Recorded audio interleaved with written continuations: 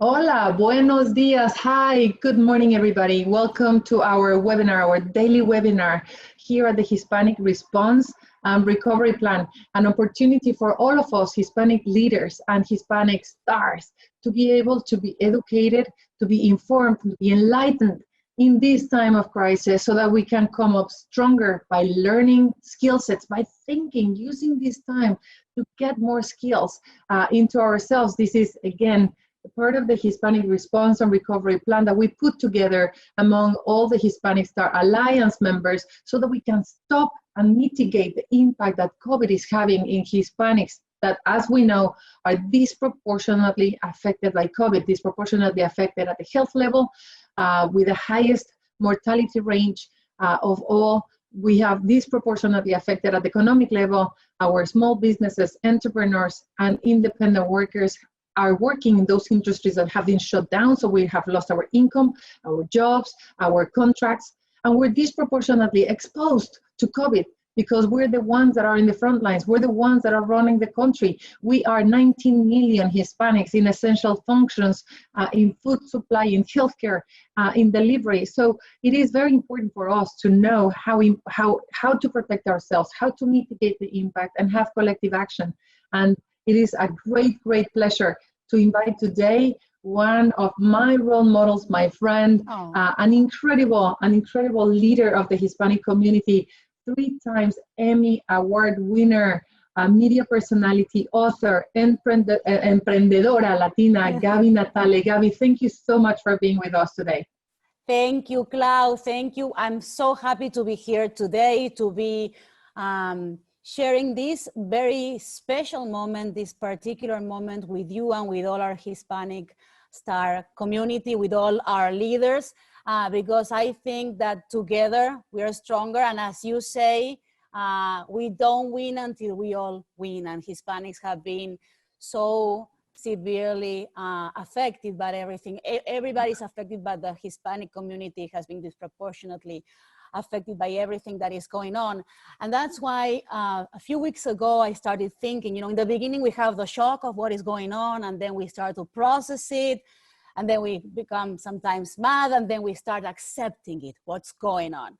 And so I started thinking about, okay, we are going through something that is unprecedented. We are going through uncharted waters, but the idea that kept coming in my mind is how can we emerge stronger? How can we emerge stronger even?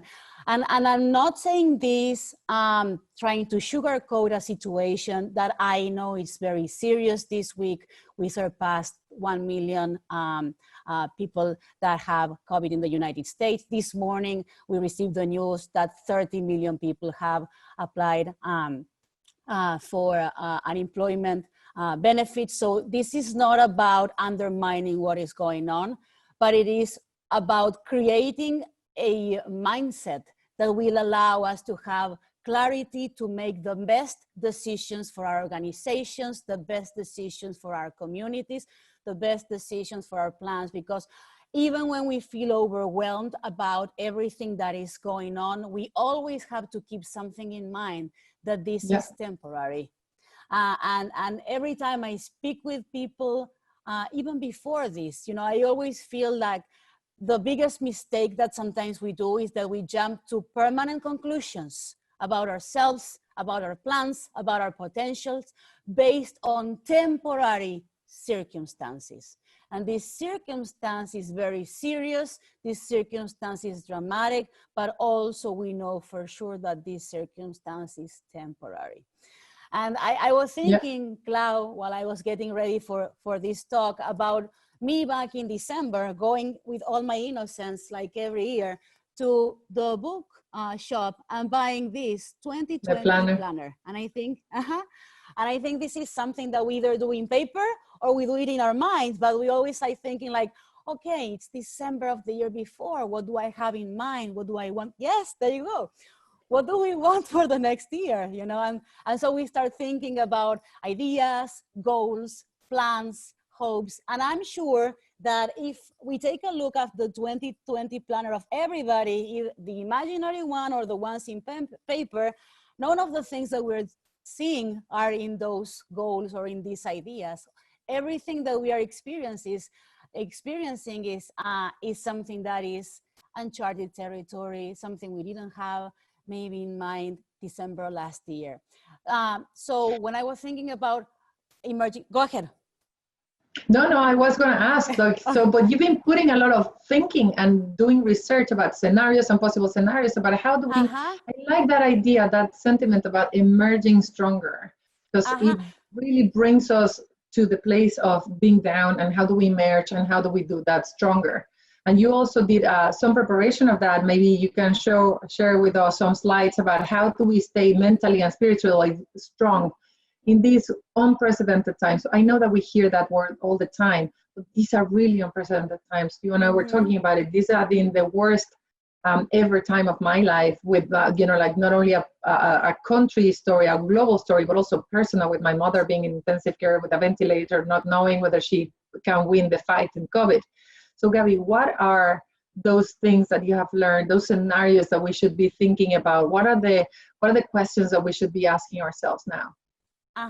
So what I thought, Clau, and we've been talking about it, and I've been following what is happening with you and in all the community. And what I've been thinking is that in this moment that is so delicate, it's very hard to come up with answers. We're in the beginning of a transition and we don't know what's on the other side of this transition. So instead of trying to come up with answers and with predictions, I think to emerge stronger, the first thing that we have to do is ask questions and ask ourselves the right questions. And every time I think about different predictions and different things, people say that maybe concepts that are contradictory one with another. So instead of thinking about one possible future, I read something that I really liked and I want to share with you. It's a research by Deloitte, and it's thinking about different scenarios, not forecasts, not predictions, but scenarios.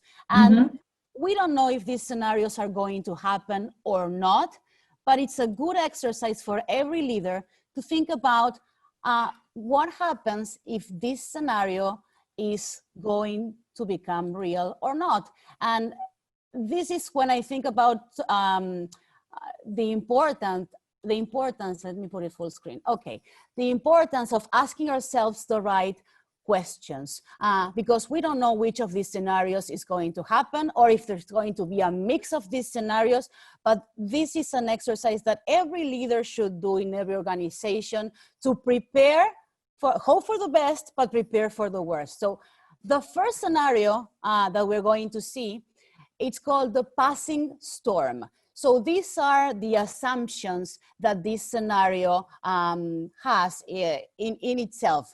The assumption that it has is that the economic activity is going to rebound in late 2020, that the recovery is initially slow, but speeds up in the second half of 2021 as consumers become more confident. At the core of this scenario, of this world that they have envisioned, it means that society, health-wise, politically wise, have been able to eradicate the virus, but there are long-term consequences, even when COVID-19 has been overcome, and this was a passive storm.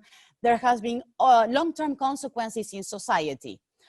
Some of them, and this goes into very detail, but I'm gonna give you some key takeaways so that we can start thinking of this scenario.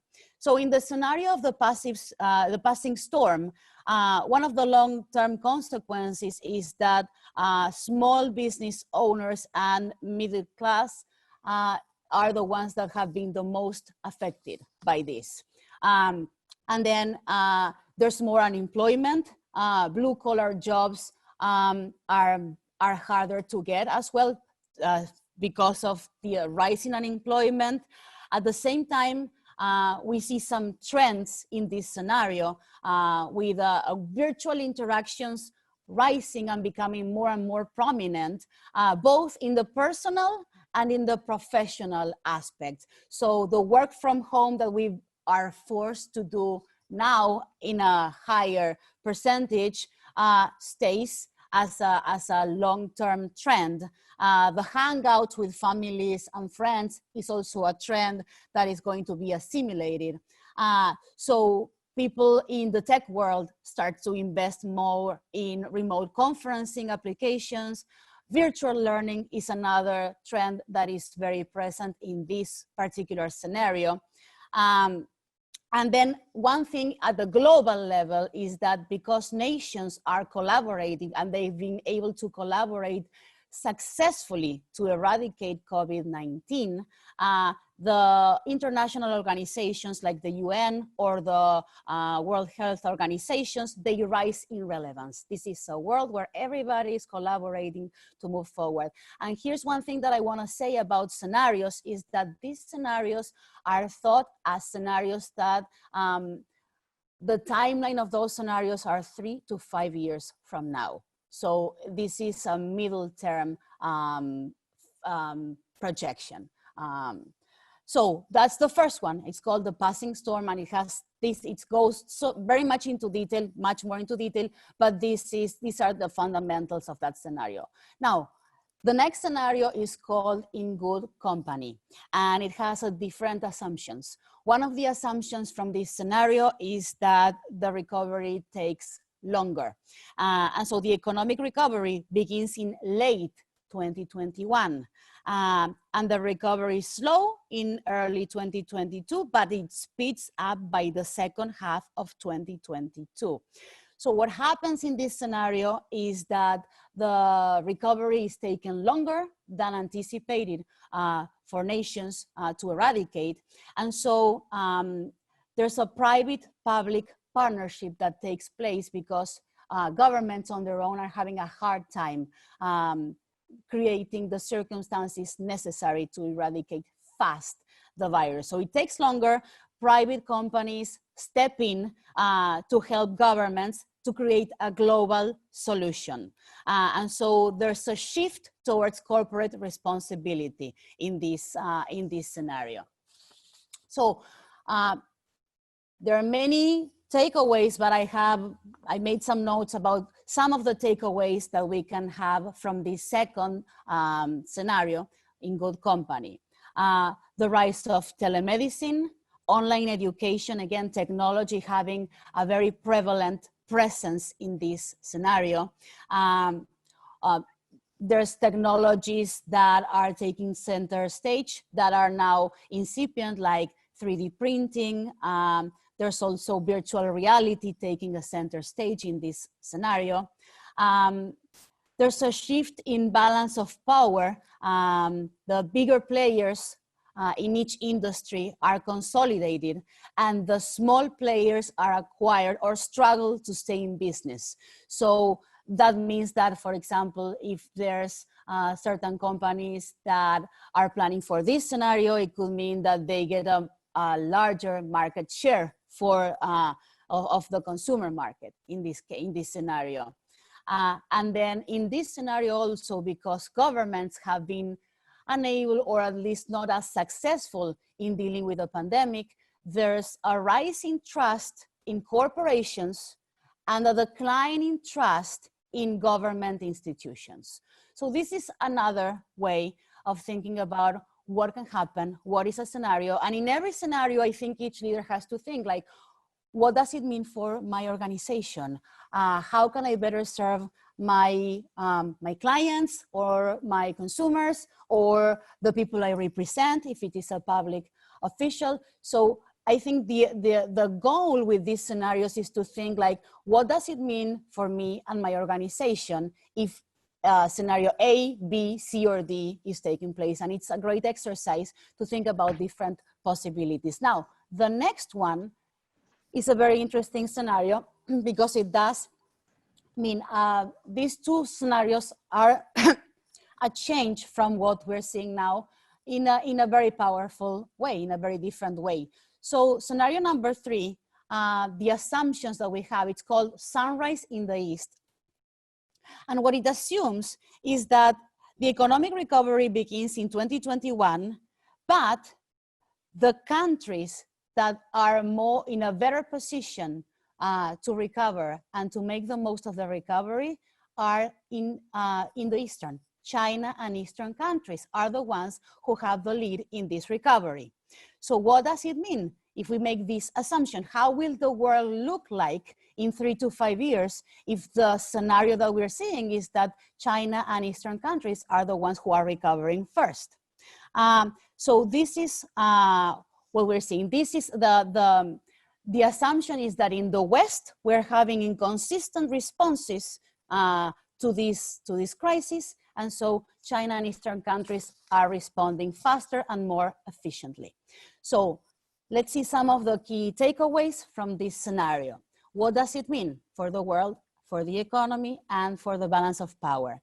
One is that there's going to be, according to this scenario, a decline in individual freedom and a rise in government control. So probably the technologies that we're going to see in the rise are going to be related to more surveillance, to cybersecurity. Again, the rise of virtual communications. Social distancing in this scenario becomes an ongoing fact of life. Now, what is going to happen with manufacturing that is localized in these countries? So if you have a company or you're part of an organization that has a supply chain that is related to China or to Eastern countries, in this scenario, you have to think, well, how is this going to affect, if there's trade wars, if there's not so much cooperation between West and East? And in this world, so we have to think about what is going to happen with the different types of conflicts that can rise from having a part of the world that has recovered faster and a part of the world that has taken longer to recover. And then the last scenario is called the lone wolves, and it's the one that is the more dramatic, because what this scenario assumes is that the virus keeps changing, and that nations are not able to contain it.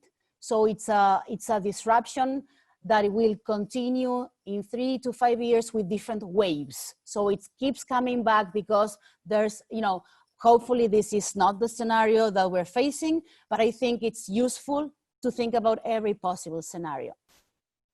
So in this scenario of the lone wolves, what's happening is that nations, at least bigger nations, are moving their manufacturing capabilities home. Nations want to become more self-reliant. It's a world where cooperation is decreasing, and there's more isolation, there's more paranoia. Nations don't trust each other. So in this world, it's a world where organizations like the UN or the World Health Organization are decreasing their importance. So countries grow more in isolation.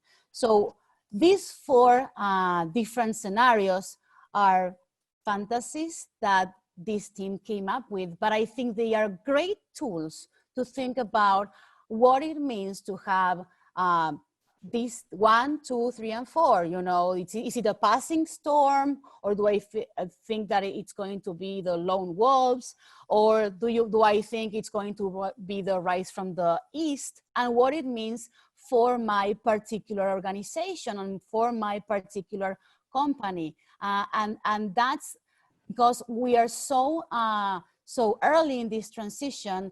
That's why I feel like emerging stronger in this case is not so much about having every answer to our questions in this uncharted territory that we're living day by day, but it's starting to ask ourselves, our organizations, our companies, our institutions, what would happen if scenario A, B, C, or D is going to take place. And Gaby, I think that you're spot on, thank you so much for sharing this. By the way, this is amazing. This is exactly what we need all our leaders to have, which is knowledge, information, understanding, so that we have better tools to take better decisions. And that's exactly the point of what we're doing. And we will make sure that this gets into the hands of every Hispanic leader of all these organizations that represent all of our community, so that we can start thinking about it. There is a possibility, Gaby. There is a possibility that we have combined scenarios, that it is not one or the other. I am pretty sure that right now we're thinking about the passing storm. I see data, for example, on trust from the Edelman Trust Barometer. The trust and the need for citizens to trust governments is increasing. It's never been so high since, like World War II, when people are like, why do I run? There's no way that companies can contain this, even though I had a fantasy that CEOs were going to save the world a couple of months ago. Now I know that it's the government that is going to put the trillions of dollars into, like small businesses. I know that now is the time for me to hang on to the lifeboat before, like during the storm. But there will be another scenario where I think that people will say, like, who's going to give me a job? And so we will start looking at companies. So I think that what is very important is to be aware of information and scenarios. Number two, I think we should, Gaby, part of what we think we should be doing is putting together the minds, the brilliant minds behind a table, like around a table, to start thinking of, in these scenarios and in whatever it is, what is the plan that we should be creating for Hispanics? Because in the passing storm and in the good company phase, you have, you have to start looking at how do we think of Hispanics here? How do we think of good company? And how do we address corporations and governments so that we can get all of those shifts that you were talking about, like from telemedicine to education online? And how do we actually make sure that Hispanics, when we're reinventing the rules, when we're emerging stronger, we have a plan so that we can really be stronger when we come out together. So I'm super grateful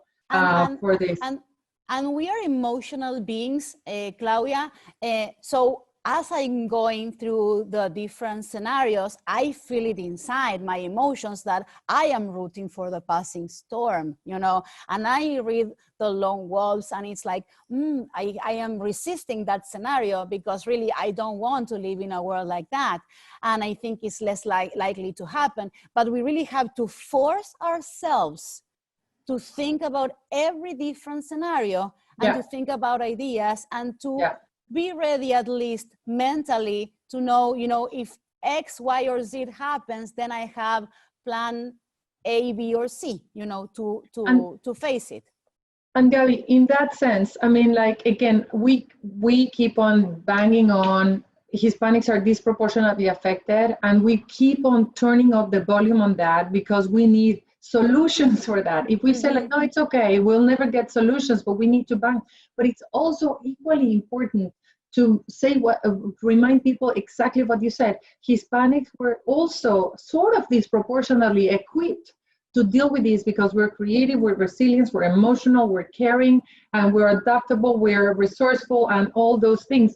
And I know, Gaby, I know that, with the following you have, with so many people that trust your opinion and follow your act, it's very important as a message. You've been interviewing, you've been studying people in your upcoming book that I would love you to talk about. Like, what are the characteristics that you found where you were interviewing, like different people, like people that have to shift around, people that are the underdogs, the successful, the this and that, and what are those characteristics that you would say, yep, those are the commonalities of people that come out and emerge stronger?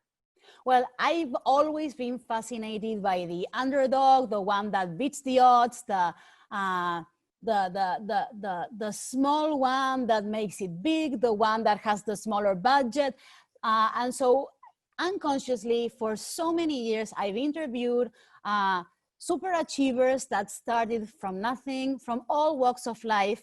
And then one day, as I was finishing recording one interview, and this is from all walks of life, from Deepak Chopra, Carlos Santana, you name it, Mexican astronauts, people who have survived tragedies, people who lost everything and started again, who have survived violence. So one day I asked myself this question.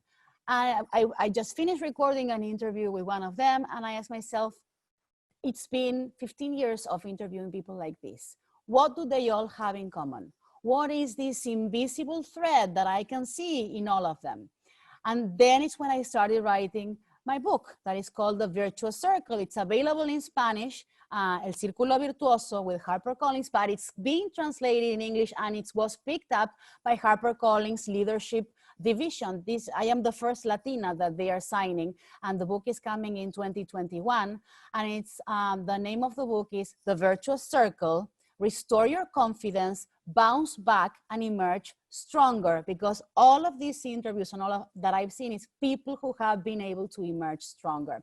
So I'm gonna show you a little bit about what the virtuous circle is. And I have synthesized what I've seen in all these people in this circle that has 7 steps, and it's seven forces that we all have. They are dormant in all of us, but that I really seen in all these people. So when we take a look at this circle, we can see a little person in the middle, and you can think about yourself as this little person, you know, who wants to achieve something, who has a goal. And so many of us, you know, are making pivoting for our organizations, pivoting for our business, pivoting for our careers.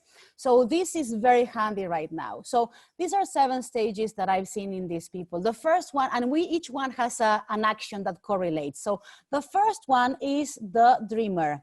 The dreamer is the stage where you visualize that dream, you visualize that goal. So everybody that I have interviewed, little Carlos Santana dreamt about playing the guitar one day, becoming a hit legend. So the second one is the architect, and the architect is the one that plans that dream, that plans that goal, because only with ideas, if you don't take steps, it's not gonna happen. That's why you need the third one, which is the maker, the one that executes that dream. And when you start executing that dream, you know, and many people tell me, Gaby, I always fail in this one. I have dreams and ideas, I have plans, but I never get to execute them. So when you start executing those goals and those ideas, what happens inevitably is that you're going to have hits and misses. You're gonna meter la pata y acertarla, you know. And if you're smart, you're going to learn. So then it's where you have the next one, which is the apprentice phase. You perfect your craft. Every single person that I have interviewed that made it big spent a lot of time perfecting their skills, a lot of time perfecting their craft. And I always like to joke, Clau, what happens when you become really good at what you do and you perfect your craft? Sometimes what happens is nothing. Ni ahí te pelan. So you need the next one, which is the warrior, the perseverance, because you're gonna need to knock on so many doors sometimes, and you're gonna face so much rejection and so many no's. You need to nurture that inner warrior. That inner warrior is sacred, and we all have it. We need to nurture it, and everybody who's been an overachiever or who beat the odds, they have a muscle so trained in this warrior. And then when whatever you learn in the apprentice phase, you know, and the perseverance of the warrior meet opportunity, because sooner or later in our lives, we meet opportunity. We have an opportunity that comes our road, our path. Then is where you have your achievement and you become a champion. And what I ask in every conference and in every space to all these champions that have achieved their goals is, champion, what are you using your achievements for? There's some people who just collect achievements, and you know, that's okay, but it's not that great. If you're using your achievements for something larger than yourself, if you're using your achievements to make this a better world, you're going to inspire and you're going to become the last one, which is the leader. And it's called the virtuous circle. You can see this arrow. It's called the virtuous circle because with your next project, with your next idea, where do you go? Back to the beginning, to start visualizing, to start dreaming, because life is constant change. And so the only thing that we know that we have in front of us is that we can hope for a constant evolution. And I love that, and I love you, and I think that this is so great. And if I look at your virtual cycle, there are things that are inherent to a lot of leaders, but there are things that are inherent to all Hispanics. And what I love about it is that we're absolutely, like warriors. There's no question in my mind that we are fighters, that you hit us one and we step up backwards, and that we have that resilience of going back. So a lot of people, and like a lot of us need the toolkits so that we can skill on the making, the execution. I think that all of us are dreamers, otherwise we wouldn't be where we are and being Hispanics, like we probably wouldn't be Hispanics. So inherently to that, I think that I love that. Thank you so much for sharing this. This gives me a lot of hope for the Hispanic community. I hope, Gaby, that we can, we can learn more from you. I just want to keep like the last question, and we're way over time, but I just, I am in full admiration of you as a friend, as a woman, as a Latina, as a partner. To me, you've been a great friend. To your like, I see you, your partner. Your life is complete and it's holistic, and I love that. And now you're not only an author, but you're an entrepreneur. I'm actually, like, very proudly wearing